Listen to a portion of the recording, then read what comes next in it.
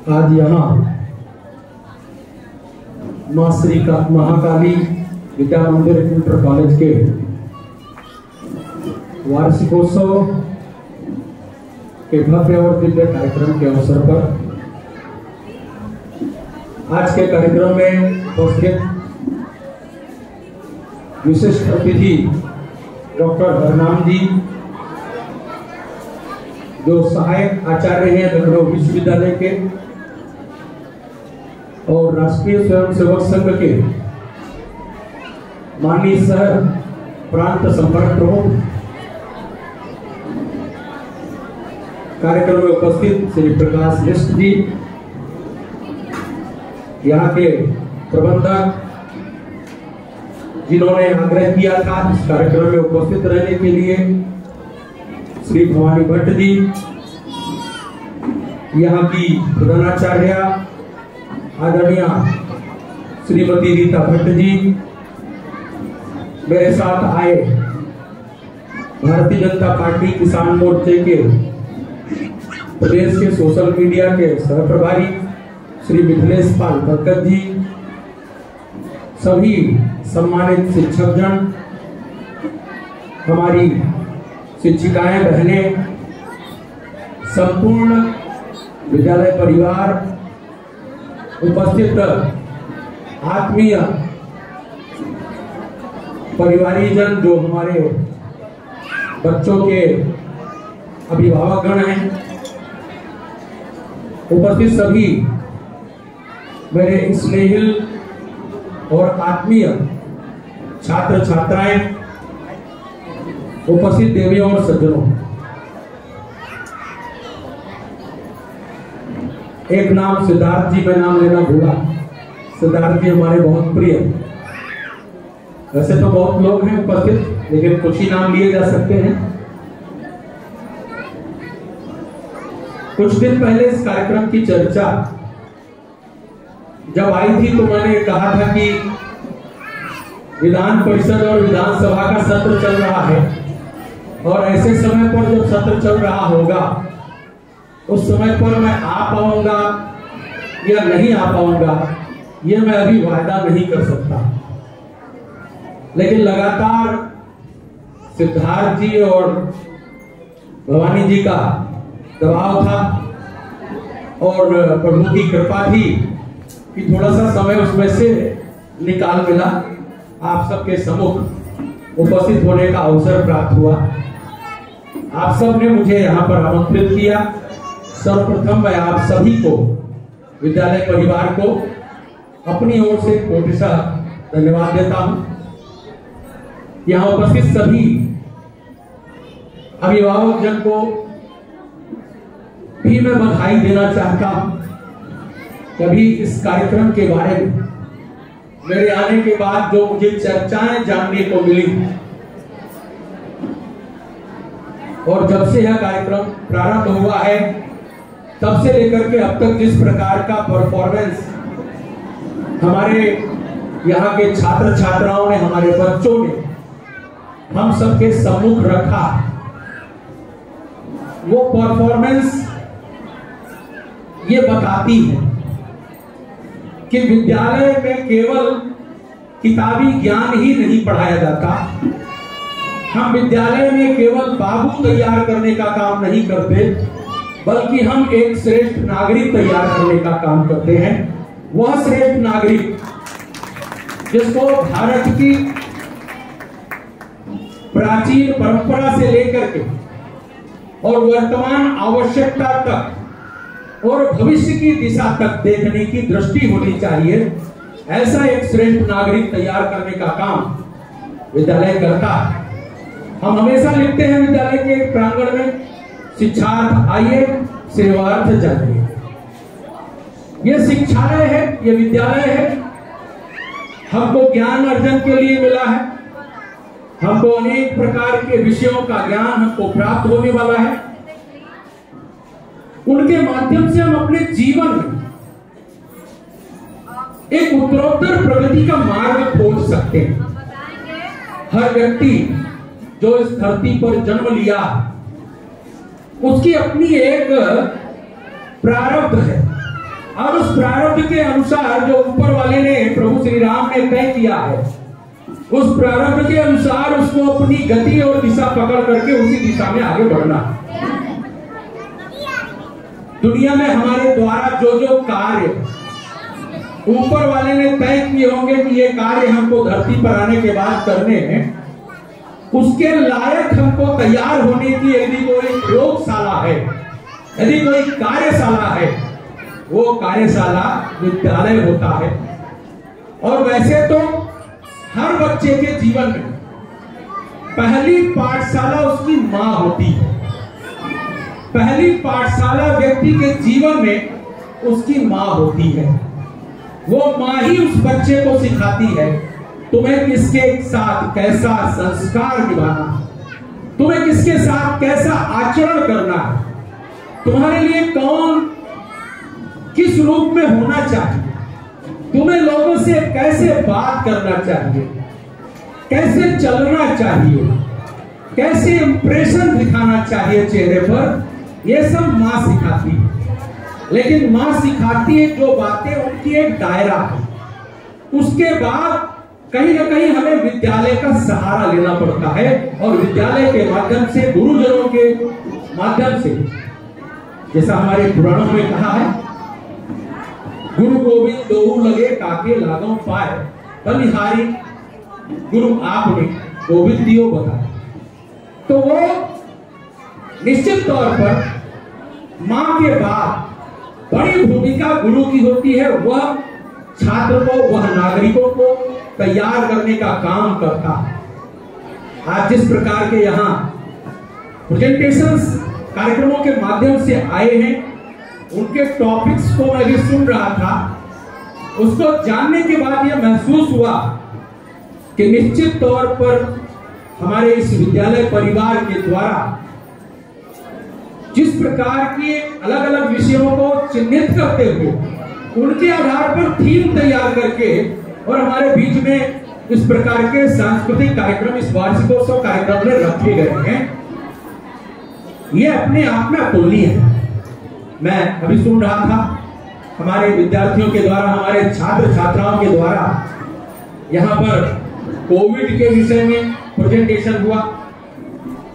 मुझे हमारे साथी अतिथि हरनाम जी ने बताया कि यहाँ इसरो के अंतरिक्ष वैज्ञानिकों के बारे में भी विषय आया। यहाँ सोशल मीडिया के नए जो प्लेटफॉर्म्स आ रहे हैं, वो हमारे लिए कैसे, हमारे लिए अचीवमेंट हो सकते हैं या हमारे लिए संकट का विषय बन सकते हैं। दोनों सिक्के के पहलू हैं। रानी लक्ष्मीबाई से लेकर के धारा 370 तक अनेक विषयों को टच करने का काम परफॉर्मेंस के माध्यम से, अपने प्रकटीकरण के माध्यम से, अपने यहाँ पर जिस प्रकार का प्रदर्शन बच्चों ने किया है, निश्चित तौर पर यह पूरी पूरी प्रशंसा के योग्य है। मैं पूरे विद्यालय परिवार को, प्रधानाचार्य जी को, प्रबंधक जी को, हमारे यहाँ विद्यालय परिवार की जो मेरी शिक्षिकाएं बहनें हैं, उन सब को मैं इस बात के लिए कोटिशा अभिनंदन करता हूँ, आपको बधाई देता हूँ। आपने समसामयिक विषयों से इस कार्यक्रम को संलिप्त करने का, जोड़ने का प्रयास किया है। मैं देख रहा था कैसे बच्चों के दिमाग पर पढ़ाई का प्रेशर रहता है। हम जितने भी अभिभावक यहाँ उपस्थित हैं, उन सबको इस बात को समझने की आवश्यकता है। मैं सबसे आग्रह करूंगा, हम अपने बच्चे को बहुत प्रेम के साथ, स्नेह के साथ उसकी क्षमताओं को समझने का प्रयत्न करें। मेरा बच्चा किन क्षमताओं का, उसकी कौन सी क्षमताएं हैं जिनको हम आगे बढ़ा सकते हैं, उसमें अचीवमेंट्स प्राप्त कर सकते हैं, उसमें और कहां तक की ऊंचाइयां प्राप्त कर सकते हैं। ऐसी उसकी क्षमताओं को, उसकी स्किल्स को समझते हुए यदि हम उस बच्चे से अपने अपेक्षा करेंगे तो शायद वो बहुत अच्छा करके दिखा पाएगा। अन्यथा कई बार हम अपनी बात जो हम जीवन में नहीं कर पाते हैं, कई बार आपको क्या लगता है, गार्जियंस को, हमारे परिवारजनों को क्या लगता है कि जो जीवन में हम नहीं कर पाए वो मार मार के अपने बच्चे से कराएंगे। ये अच्छा नहीं है। निश्चित तौर पर आपके मन में अपने बच्चे को लेकर के, हमारे बच्चे को लेकर के अच्छी धारणाएं हैं, आप उसको और अच्छा दिखाना चाहते हैं। जिस घर में कोई डॉक्टर नहीं होता था उस घर में डॉक्टर होना चाहिए। हर परिवार का व्यक्ति चाहेगा, हर परिवार का व्यक्ति चाहेगा कि मेरे घर का बच्चा इंजीनियर बने। हर परिवार का व्यक्ति चाहेगा मेरे घर का लड़का कलेक्टर बने, मेरी बेटी कलेक्टर बने, इंस्पेक्टर बने। कौन नहीं चाहेगा? हर कोई चाहेगा। लेकिन जिस मिट्टी को आप संभाल करके कुम्हार की भूमिका में सजाने और संवारने का काम कर रहे हैं, पहले उस मिट्टी को समझने की आवश्यकता है और हमें क्या बनाना है और कैसे बनाना है, इसके लिए एक छोटे से उदाहरण के साथ आपको जोड़ना चाहूंगा। हमारे पूर्वजों ने कहा है कि हम सब मिट्टी से बने हैं, मिट्टी में ही मिल जाना है। और उसी मिट्टी से कुम्हार जो होता है वो अलग अलग प्रकार के बर्तन बनाता है, अलग अलग प्रकार के। जब इसको गंभीरता से समझेंगे तो ध्यान में आएगा यहां वो जो मिट्टी है वो एक जैसी है, अलग अलग नहीं होती। सुराही के लिए अलग होगी, घड़े के लिए अलग होगी, या किसी और बर्तन के लिए अलग मिट्टी होगी, ऐसा नहीं होता साहब। मिट्टी सब एक जैसी होती है। पैदा होते समय बच्चा सब एक जैसा होता है, पैदा होते समय बच्चा सब एक जैसा होता है। उसके अंदर ईश्वर का वास होता है, पूरा मानस जो है उसका साफ होता है। उसके मानस पर क्या उकेरना है, वैसी आबो हवा, वैसा वातावरण, वैसा एटमॉस्फेयर देना पड़ता है। अगर पति घर के अंदर बच्चे से पुड़िया मंगा के खिला खाएगा, अगर पति घर में बच्चे से, अपने बच्चे से सिगरेट का डिब्बा उठा करके लाने के लिए कहेगा, तो आप इसकी अपेक्षा ना करें कि वो कभी सिगरेट नहीं पिएगा, इसकी अपेक्षा ना करें कि वो कभी पुड़िया नहीं खाएगा। आप मंगाएंगे बच्चे से तो निश्चित तौर पर किसी न किसी दिन उसको टेस्ट करने का प्रयास करेगा कि मेरे पापा खाते हैं, जरूर इसमें कोई विशेष बात होगी, मुझे भी टेस्ट करना चाहिए। क्या हमें समझने की आवश्यकता, हमारे बच्चे को हम किस तरह से तराशे। मैं जो उदाहरण दे रहा था कि हम कुम्हार, हमारा जो समाज में कुम्हार परिवार है वो मिट्टी चाक पर चढ़ाता है, और मिट्टी चाक पर चलाने के बाद जब मिट्टी के ऊपर हाथ लगाता है और सकारात्मक दृष्टि होती है तो वो हाथ लगाता है तो सुराही बन जाती है। सुराही देखा, सुराही की एक विशेषता, सुराही की विशेषता यह है कि कितनी भी धूप हो, कितना भी गर्मी का सीजन हो, लेकिन सुराही से जब जल निकालेंगे शीतल जल निकलेगा, गर्म जल कभी नहीं निकलेगा। ये सुराही की अपनी तासीर, सुराही की अपनी विशेषता। ऐसे ढंग से उसके वातावरण का निर्माण करके उस पात्र को बनाया गया। वही एक दूसरा पात्र, उसकी भी चर्चा करता, कभी कभी उसको भी बनाना पड़ता है कुम्हार को, वो है चिलम। चिलम क्या होता है? चिलम वो होता है जिसमें कुछ ऊपर से तंबाकू इत्यादि भर करके लोग उसको पीने का काम करते, धुआं निकालने का काम करते, चिलम पीते हैं बैठ करके। वो भी मिट्टी से बना, वो जो मिट्टी से चिलम बना है उसकी क्या क्या खास बात है? उसकी खास बात यह है जब तक वो प्रयोग करने लायक नहीं होगा तब तक तो भगवान भरोसे है मामला, लेकिन जिस समय वो प्रयोग करने लायक हो जाएगा तो वो पहले अंदर अंदर खुद सुलगेगा। पहले चिलम अंदर अंदर खुद सुलगती है, उसको अंदर से ऊपर से भर करके पहले सुलगाना पड़ता है, और फिर उसके संपर्क में जो जो आएगा हर वो व्यक्ति अंदर तक धुएं से सुलगेगा। वो चिलम भी सुलगती है, उसके नजदीक जो जाता है वो भी सुलगता है। मिट्टी से ही बने हुए दो पात्र, एक पात्र सुराही है, एक पात्र चिलम है। हमें तय करने की आवश्यकता है, मेरा बच्चा सुराही की तरह से बनेगा या मेरा बच्चा चिलम की तरह से बनेगा, यह हमको तय करने की आवश्यकता है। आपका हाथ जैसा लगा, आपकी कल्पना जैसी लगी हो, आपकी सोच जैसी रही होगी, बच्चा वैसा ही निर्मित होगा, इसमें किसी तीसरे की कोई भूमिका नहीं। विद्यालय में जाकर उसको शिक्षा दर सबको बराबर दिया जाता है। उसी में से कोई कलेक्टर बनता है, कोई बाबू बनता है, कोई अर्दली बनता है। उसी क्लास का विद्यार्थी कलेक्टर के रूप में बैठा है, उसी क्लास का विद्यार्थी बगल में टोपी लगा करके अर्दली बन करके खड़ा है। और जो पढ़ाई नहीं किया, सबसे अंतिम वाली सीट पर बैठा था, चोरी करके चुपचाप बैठा था, वो बाहर से प्यून बन करके पानी लाने के लिए खड़ा। तो हमें तय करना है बनना क्या है, और हमें तय करना है अपने बच्चे को बनाना क्या। हमें अपने बच्चे को सुराही की कल्पना की दिशा में बढ़ाना है। वो स्वयं भी शीतल रहेगा और जो जो उसके नजदीक जाएगा उसको शीतलता की अनुभव होगी, वो खुश होकर के जाएगा। मुझे अच्छा लग रहा था, इसरो के बारे में चर्चा हो रही थी, आपने देखा होगा कैसे भारत बदल रहा। एक जमाना था जब भारत के अंदर सैटेलाइट उपग्रह भेजने की व्यवस्था अपने दम पर नहीं थी। हम जापान से, हम फ्रांस से, हम बाकी अमेरिका से सेटअप करते और उनके उपग्रह केंद्रों से हम सैटेलाइट और उपग्रह छोड़ने की कल्पना करते थे। बदल गया है, भारत बदल रहा है। कैसे बदल रहा है?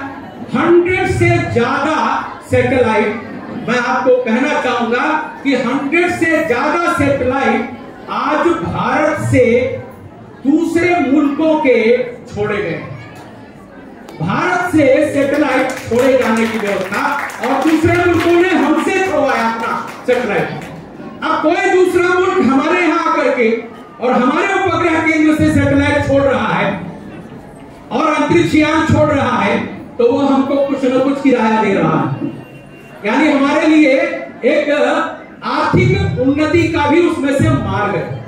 और हमने अपने दम पर भी स्पेस टेक्नोलॉजी के मामले में खड़े होने का काम किया। प्रेजेंटेशन आया ही है, आया भी होगा, कैसे हम चंद्र के ऊपर दक्षिणी पोल पर जहां पर कोई नहीं पहुंचा था, वहां पहली बार भारत पहुंच गया। कैसे आदित्य एल1 हमने सूर्य की ओर छोड़ दिया। कोई कल्पना नहीं कर सकता। सूर्य की ओर देखेंगे, आंखें 5 मिनट भी आप सूर्य को एकटक निहार नहीं सकते। सूर्य की प्रचंड उष्मा, सूर्य की प्रचंड ताकत ऐसी है कि हम 5 मिनट भी एकटक सूर्य को निहार नहीं सकते, देख नहीं सकते अपनी नंगी आंखों से। हमारी आंखें इधर उधर होने लगी। इतनी तेज, इतनी तीव्रता। उस सूर्य पर भी अपना उपग्रह, अपना यान आदित्य छोड़ने की हिम्मत आज भारत के अंतरिक्ष विज्ञानियों ने की है। यह हमारे लिए गौरव का विषय है। हम लगातार आगे बढ़ रहे हैं। भारत बदल रहा है। भारत बदलती हुई भूमिका में दुनिया के सामने एक नेतृत्वकर्ता की दिशा में बढ़ रहा है। लोगों को लगता होगा कि भारत में क्या परिवर्तन आ रहा है। जब दिल पर हाथ रखेंगे और ठीक से अध्ययन करेंगे तो ध्यान में आएगा भारत में बदल क्या क्या रहा है, कैसे कैसे बदल रहा है भारत। भारत कैसे दुनिया को शांति का, भारत दुनिया को कैसे विज्ञान का, भारत दुनिया को कैसे सद्भावना का संदेश देने के लिए आगे बढ़ रहा है। भारत हमेशा से दुनिया को शांति, सद्भावना, वसुधैव कुटुंबकम की अवधारणा को सिखाने वाला भारत रहा। और मेरे विद्यालय से ऐसे विद्यार्थी बनकर के निकलेंगे, ऐसी मैं विश्वास रखता हूं, ऐसी मैं शुभकामना रखता हूं कि वह आने वाले दिनों में हमारे विद्यालय का तो नाम रोशन ही करेंगे, हमारे घर का नाम, हमारे पिता का नाम, हमारे शहर का नाम, हमारे देश का नाम दुनिया में रोशन करने का काम करेंगे। ऐसी शुभकामना मैं अपने इस विद्यालय परिवार के बच्चों के लिए रखता हूं। आप निश्चित तौर पर अच्छा काम कर रहे हैं और अनेक विषय हैं जिन पर मैं चर्चा कर सकता हूं, लेकिन मुझे थोड़ा सा एक दूसरे भी कार्यक्रम में जाना है और मैं बहुत ही भागम भाग परिस्थिति में आपके बीच में आया हूं, लेकिन बहुत आनंद आया। मैं देख रहा था, वहीं बैठे बैठे मुस्कुरा भी रहा था बच्चों की परफॉर्मेंस को देखते हुए, कैसे पढ़ाई कर रहे हैं, उसी बीच में मस्ती भी कर रहे हैं, उसी मस्ती में से फिर और पढ़ने का प्रयास कर रहे हैं, फिर थोड़ी सी मौका मिलता है मस्ती करने लगते हैं। निश्चित तौर पर हमें अपनी पढ़ाई के मामले में भी नंबर 1 पहुंचना है और उसको तनावपूर्ण ढंग से नहीं लेना, बहुत मस्ती के साथ, आनंद के साथ पढ़ाई करना, मस्ती और आनंद के साथ भारत का नाम रोशन करने के लिए अपने को तज्ञ बनाना, अपने को सिद्ध बनाना, उसके लिए एलिजिबल बनाना। ये एलिजिबल बनने का सबसे महत्वपूर्ण मौका है। जैसी हमने धरती तैयार की होगी वैसी ही फसल हमको प्राप्त होगी। आप जैसा आज बोएंगे आपके जीवन में वैसा ही निकलने वाला है। बहुत लंबा और विषय न रखते हुए सिर्फ आप सबके जीवन में सुखमय जीवन हो, समृद्धि पूर्ण जीवन हो, आप प्रसन्न रहें, प्रगति करें, उन्नति करें, ऐसी कामना करते हुए अपनी बात को विराम करूंगा। बहुत बहुत धन्यवाद।